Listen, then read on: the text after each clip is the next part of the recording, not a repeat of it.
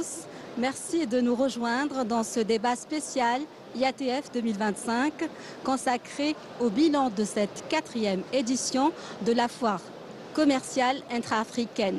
Nous avons l'honneur d'accueillir avec nous deux invités. Monsieur Cédric Mbeng, vous êtes responsable de la plateforme des investissements AIF à la BAD, Banque africaine de développement, région Afrique du Nord. Bonsoir monsieur. Bonsoir.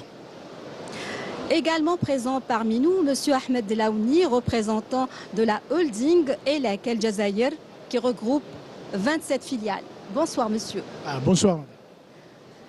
Donc justement, cette 4e édition de l'IATF 2025 a été marquée par une forte participation. Plus de 2000 participants issus du continent africain, mais aussi des 4 coins du monde et également 200 entreprises algériennes qui ont pris part à cette 4e édition de l'IATF. Cette édition a été couronnée par la signature de plusieurs contrats et accords de partenariat, ce qui confirme le rôle de cette plateforme incontournable pour la promotion du commerce intra-africain et le renforcement de la coopération économique dans le cadre de la ZLECAf. Justement, comment évaluez-vous cette 4e édition organisée par l'Algérie? C'est un franc succès. Il faut dire que IATF, qui est une initiative de la zone économique de libre-échange, qui est le premier livrable de la zone de libre-échange continentale africaine, a pour rôle effectivement d'aider le secteur privé africain à se rencontrer, à faire du business, à tisser des partenariats. Et cette rencontre en Algérie a permis de mobiliser un nombre important d'acteurs privés, de nouer des partenariats, d'ouvrir le continent à différents investisseurs qui viennent du continent et des 4 coins du monde. Justement, monsieur Ahmed Delaouni, vous êtes représentant de la holding Elek El Jazaïr et vous avez justement signé des contrats de partenariat lors de cette édition. Merci à Canal Algérie pour cette invitation. Occasion pour présenter sommairement, si vous permettez, le groupe, la holding Elek El Jazaïr. On intervient dans le secteur de l'électricité à travers des entreprises, 27 entreprises de fabrication, mais également de services. Donc on est dans l'industrie de télécom, de la câblerie, d'électrotechnique. Donc on fabrique des transformateurs de puissance, des moteurs électriques et des groupes électrogènes. On est également dans l'industrie de l'électroménager, à travers 4 entreprises qui sont actives dans ce secteur-là. On est également dans la câblerie et dans les services de réalisation en électricité. On a des sociétés de réalisation. Donc l'IATF pour nous était l'occasion pour présenter notre société, présenter nos produits, mais également présenter nos savoir-faire aux différents partenaires. Donc ça a été occasion donc, de renforcer nos relations bilatérales avec plusieurs sociétés et qui a été couronnée par la signature plus exactement de 13 accords de partenariat commercial. Voilà. Quels sont les partenaires africains avec lesquels vous avez signé justement ces contrats? Oui, on a signé des accords de partenariat commercial avec une société nigériane pour la commercialisation. Donc c'est un accord avec une société, une société nigériane pour la commercialisation des TPE qui sont produits par notre filiale Enatel. On a signé également des accords dans la distribution des produits électroménagers avec un partenaire mauritanien, avec un partenaire sénégalais, avec un partenaire nigérian, mais également avec une société gabonaise. On a également signé des accords de représentation commerciale ou bien de partenariat commercial avec une société sénégalaise pour les produits d'électrotechnique. Voilà. Le montant de ces accords? Enfin, c'est un peu précoce pour donner les montants exacts, mais il y a des grands contrats qui vont être conclus à l'occasion de cet événement. Okay. Très bien. Donc ce sont des résultats fructueux. On a vu qu'il y a beaucoup de contrats et d'accords de partenariat. Il y a également des échanges lors de cette IATF, ce qui témoigne justement de l'importance de cet événement continental qui a su justement, qui a été au cœur de l'actualité africaine. Justement, concernant le rôle de l'Algérie, peut-être le choix de l'Algérie pour abriter cette foire n'est pas fortuit. Tout à fait. Alors l'Algérie est un pays leader sur le continent lorsqu'il s'agit d'innovation, lorsqu'il s'agit de promouvoir l'agenda intra-africain d'échange et des questions de souveraineté. Donc l'Algérie, via par exemple le ministère de l'économie et du savoir, a montré des résultats remarquables que nous aimerions répliquer. En 2020, on comptait à peu près 200 startups au niveau de l'Algérie. Nous sommes à plus de 11 000. On a vu qu'il y a une infrastructure qui a été mise en place. Il y a des structures comme Algeria Venture. On a un fonds, par exemple, sur les startups qui est important. On a cette approche de centres régionaux d'innovation où il y a un maillage entre le secteur privé, les universités, les pôles universitaires, les chercheurs, le secteur privé, les étudiants, qui permettent effectivement de faire en sorte que très tôt, les jeunes goûtent au monde de l'entreprise, apprennent les mécanismes et puis on les accompagne jusqu'à atteindre un certain essor. Et on souhaite que tous ces jeunes qui font des startups, demain, seront comme le PDG ici présent, avec des entreprises puissantes qui pourront travailler avec le reste du continent. Justement, M. Beng, s'il y avait justement, si on devait parler de points forts, des points forts de cette 4e édition de la foire commerciale intra-africaine, quels seraient ces points forts? Bon, déjà, la présence des jeunes, les startups, l'économie du savoir. Il y a toute l'industrie automobile qui est ici et qui voit des innovations qui se font. Et surtout les filières STEAM, sciences, technologies, ingénierie, mathématiques, qui permettent effectivement de transformer l'Afrique, de transformer les minerais, de transformer nos matières premières en produits finis. Ces échanges-là, c'est vraiment ça le point fort de cette foire commerciale en Algérie. Justement, on avait parlé tout à l'heure, on a dit qu'il y a un avant IATF 2025 et un après. Alors l'après sera certainement lorsqu'on va se retrouver à Lagos au Nigeria pour la suite, mais il s'agira de voir l'économie numérique davantage, l'économie numérique avec tous ces startups-là qu'on va continuer à suivre pour voir en termes d'innovation comment est-ce que les entreprises que nous avons commencé à soutenir maintenant, les partenaires qui sont noués ici en Algérie vont continuer à travailler ensemble pour permettre d'accroître le business entre pays africains.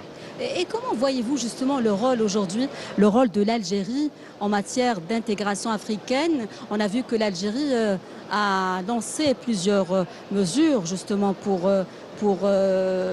encourager les investissements, pour encourager les jeunes investisseurs, les entrepreneurs. Comment voyez-vous toutes ces mesures? Non, déjà, vous verrez qu'en décembre, début décembre, tous les jeunes qui sont dans les startups bien organisés vont se retrouver encore en Algérie pour parler d'innovation.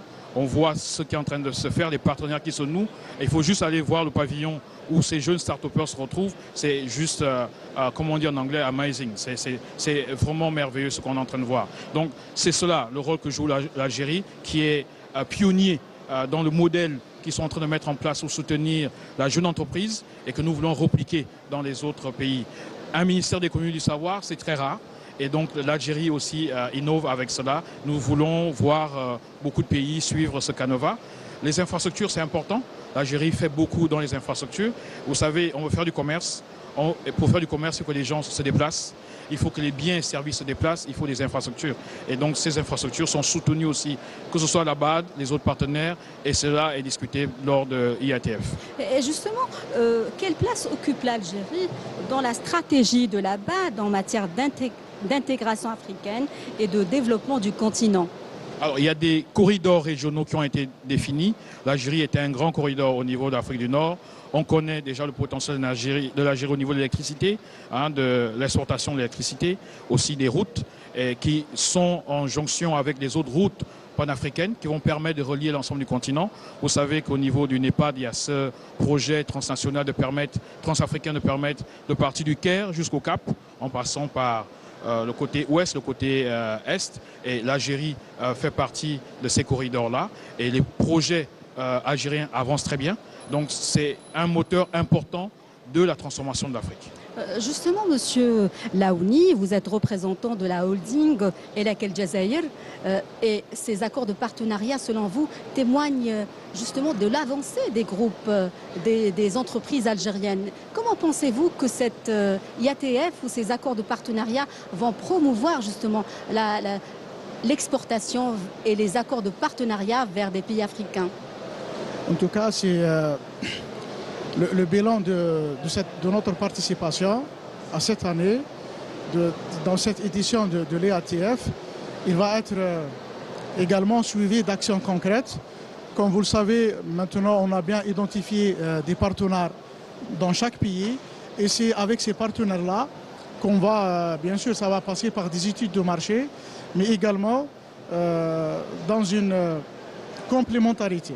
Comme vous le savez, une société industrielle ou bien un groupe industriel comme le nôtre, à la fois on est des fournisseurs de solutions, mais également on est des clients. On achète de la matière première, on achète des composants et c'est actuellement malheureusement on achète d'autres marchés, mais c'est l'occasion pour qu'on aille prospecter le marché africain également, à la fois pour s'approvisionner de matières premières et des composants, mais également pour vendre les produits finis.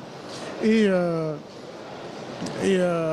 on va le faire, pas seul, mais en s'appuyant également sur le réseau qu'on vient de réaliser à travers notre participation à cette édition.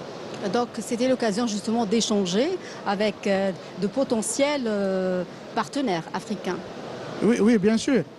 Par exemple, au Gabon, qu'on vient de signer un accord avec un partenaire local, on va s'appuyer sur son expertise, son savoir-faire de marché, mais également du comportement de la clientèle. Parce que d'un marché à un autre, le comportement de la clientèle se diffère. Mais on va s'adapter ensemble aux besoins de chaque client, de chaque portion du marché africain pour répondre aux besoins de nos clients. Et c'est cette complémentarité qu'on a trouvé, qu'on a cherché, qu'on a trouvé à travers cette édition. D'autant plus que l'Algérie a lancé de nombreuses mesures, comme aussi l'ouverture de voies maritimes, terrestres, aériennes, l'ouverture d'agences bancaires dans des pays africains également. Il y a beaucoup de mesures qui ont été lancées pour promouvoir justement cet échange et cette intégration africaine. Oui, effectivement, donc la chaîne logistique, elle est importante dans le monde des affaires et dans le monde du commerce. L'Algérie a ouvert plusieurs lignes maritimes, mais également terrestres à travers la transsaharienne, qui va être complétée par la suite par le chemin de fer, par le rail. Et ça sera également, donc là, on discutait avant sur le dilemme des voies aériennes, pourquoi ne pas connecter l'Afrique de la même densité que d'autres destinations, et ça va permettre quand même cette mobilité des Africains entre eux, et c'est ça qui va créer l'échange, et c'est ça qui va créer la synergie attendue de cette connectivité. Voilà. Justement, vous m'avez dit tout à l'heure que vous avez été surpris de voir à quel point l'Algérie, les avancées ont été enregistrées justement en Algérie, et vous m'avez dit qu'on voit bien que l'Algérie bouge, qu'il y a beaucoup de changements. Vous savez, lorsque vous avez un tissu industriel que vous êtes en train de construire, et vous avez en termes de formation beaucoup d'offres dans les métiers STEAM, sciences, technologies, ingénierie, mathématiques, comme le fait l'Algérie, vous avez la capacité de créer cette capacité industrielle-là. Et l'Algérie peut jouer le rôle de hub pour permettre justement au reste de l'Afrique, dans de nombreux pays, de venir et d'apprendre ce qui est en train d'être fait. Ce qui est important dans le cadre de la ZLECAf, c'est de permettre qu'on échange des produits surtout fabriqués en Afrique, donc du contenu fabriqué en Afrique. Mais pour faire ce contenu, il faut des gens capables de le faire. Et c'est souvent des métiers qui sortent des sciences technologie, ingénierie et mathématiques qu'il faut encourager. Et le PDG a parlé tout à l'heure de certaines technologies et de certains contrats qui ont été faits dans d'autres régions. Nous aimerions aussi voir ces chaînes de valeur se mettre en place où il y a un petit bout qui se fait en Algérie, un autre bout qui se fait au Nigeria, un autre bout qui se fait au Mali, au Gabon, etc. pour permettre d'avoir des produits africains et de circuler, d'échanger entre nous. Très bien. Justement, la BAD, c'est l'un des acteurs clés du développement en Afrique. Elle représente, c'est un partenaire de l'Afrique du développement dans le continent. Quelle est la stratégie pour justement renforcer l'intégration africaine? Oui, alors nous appuyons à la fois ce qui est soft et ce qui est physique au niveau de la partie des infrastructures. Pour échanger, qu'est-ce qu'il faut? Il faut de la mobilité. Les gens doivent se déplacer, donc il faut de la route, il faut du rail, il faut des aéroports pour que les gens puissent se déplacer. Mais il faut aussi déplacer les marchandises. Pour déplacer les marchandises, il faut des infrastructures. Pour faire cette émission, il faut de l'électricité, il faut des télécoms. Donc nous soutenons les infrastructures, nous soutenons la transformation des biens à travers l'appui au pôle industriel et nous faisons des réformes qui touchent essentiellement le secteur financier, la gouvernance, la compétitivité des États. Donc nous touchons ces activités. On peut les regrouper dans ce que le président de la BAD, le Dr Ta, appelle les 4 points cardinaux. Donc mobiliser le capital de manière efficiente, accessible pour nos entreprises, nos PME, nos start-up. Vous avez plus d'une cinquantaine de pays en Afrique avec des systèmes financiers fragmentés. Il faut intégrer les systèmes financiers africains. Nous avons une jeunesse qui est en train de croître. Il faut que ce soit un dividende démographique, leur donner du travail, leur donner des opportunités et bien sûr les infrastructures pour permettre effectivement de rendre ce commerce possible et agréable pour l'ensemble du continent. Justement, quels sont les secteurs prioritaires financés par la BAD? Je viens un peu de vous les citer qui touchent à la fois les infrastructures. Là, je parle des infrastructures routières, je parle des infrastructures aériennes, portuaires, etc. Et on parle de l'énergie. L'énergie parce qu'on ne peut pas faire des industries sans l'énergie. On ne peut pas faire aujourd'hui des industries sans les télécoms. On a besoin de l'économie numérique. Et nous avons des réformes que je vais dire soft qui touchent essentiellement le cadre réglementaire, la gouvernance, la finance, parce qu'il faut de l'argent. L'Afrique ne va pas toujours aller à l'extérieur pour lever des capitaux. Nous avons un potentiel énorme sur le continent. Donc il faut mettre des systèmes financiers solides qui nous permettent effectivement de financer nos économies. Justement, vous avez parlé de l'importance des start-up mises en avant lors de cet événement continental. Il y a également l'entrepreneuriat féminin qui revêt une importance capitale. Tout à fait. Alors nous avons une initiative au sein de la banque qu'on appelle AFAWA, qui a comme mission principale d'aider les femmes entrepreneurs à faire croître leur business et à les financer. Et nous avons été très heureux avec le directeur du département du secteur privé qui était là, de rencontrer ces femmes entrepreneurs pour échanger et voir les opportunités pour elles. Nous allons continuer cet échange avec elles, avec notre initiative AFAWA, pour voir comment les femmes qui étaient déjà ici et celles qui ne sont pas venues pouvoir faire du business entre pays et voir leur business atteindre une certaine maturité. Et selon vous, justement, quel sera l'impact de l'IATF 2025 sur le continent? Alors, comme disait le PDG, on va voir avec le temps comment ça se présente, mais les contrats qui ont été signés, la taille des contrats, surtout moi, c'est la qualité des innovations qui ont été sollicitées lors de mobilisées lors de cette IATF, va avoir beaucoup la partie économie numérique, innovation, qui a été au cœur de ce IATF, qui va accompagner le continent sur les 2 ans pour atteindre la rencontre de Lagos, mais qui va amplifier ce qui a été fait avant. Parce qu'avec l'économie numérique, on va plus loin. Avec l'économie numérique, on amplifie et on a plus de jeunes qu'on arrive à absorber. Et donc, c'est vraiment la marque de IATF 2025. Économie numérique, start-up, innovation. D'accord. Donc, ce sont des axes qui étaient prioritaires lors de cette IATF. Selon vous aussi, quel sera l'impact de l'IATF 2025 sur les entreprises algériennes? Enfin, l'impact, certes, il est positif. Non seulement il y aura des marchés, il y aura de l'export, mais également si cette ce carnet de contacts, ce réseau qui a été créé, qu'il faut travailler, qu'il faut le maintenir également. Mais également, donc, c'est la connaissance d'autres marchés. Nos entreprises, malheureusement, étaient tous orientées vers les marchés classiques, les marchés asiatiques et européens. Mais maintenant, il y a l'opportunité, elle est là, elle est africo-africaine. Et il y a la logistique qui est là. L'Afrique, c'est à la porte de... en réalité, c'est un seul pays. Hein. C'est l'Afrique, c'est un continent.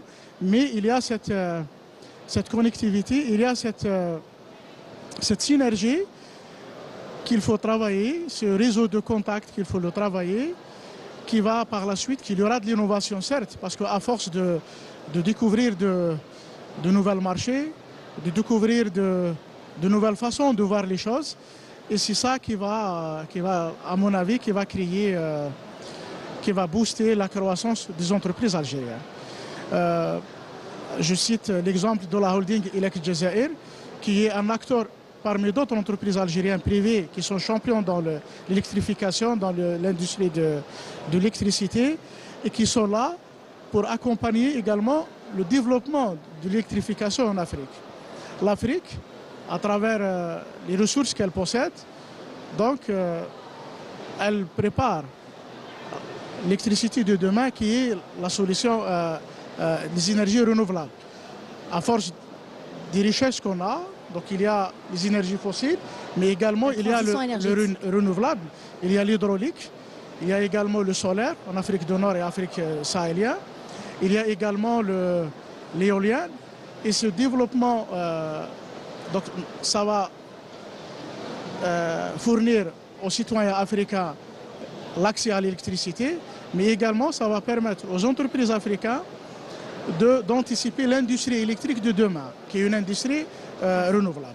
Voilà, des énergies basées sur les énergies renouvelables. Et l'Afrique a tous les atouts pour y aller. Donc elle a la ressource naturelle nécessaire, mais également il y a la ressource humaine. C'est le deuxième continent le plus peuplé au monde, après l'Asie. Et il y a pas mal de... Et les jeunes, c'est un continent qui est constitué de populations jeunes, dynamiques, et avec beaucoup d'espoir pour l'avenir, Inch'Allah. Oui, justement, M. Mbengue, peut-être que vous avez quelque chose à ajouter, à compléter? Je suis tout à fait en phase avec le PDG, le capital humain au cœur des transformations. Donc, il faut continuer à transformer, à former les femmes et les hommes, parce que la capacité d'esprit humain est infinie. On peut innover. Lorsque les gens sont bien formés, ils peuvent toujours innover et trouver des solutions. Alors, on regarde la démographie africaine, mais il faut la voir comme un dividende, comme une chance pour le continent, parce qu'on va avoir plus de consommateurs, on va avoir plus d'innovation, parce qu'on a des jeunes qui pourront travailler, et ce qui va permettre à l'Afrique d'avancer. Donc, c'est sur cette note positive qu'on termine ce débat spécial.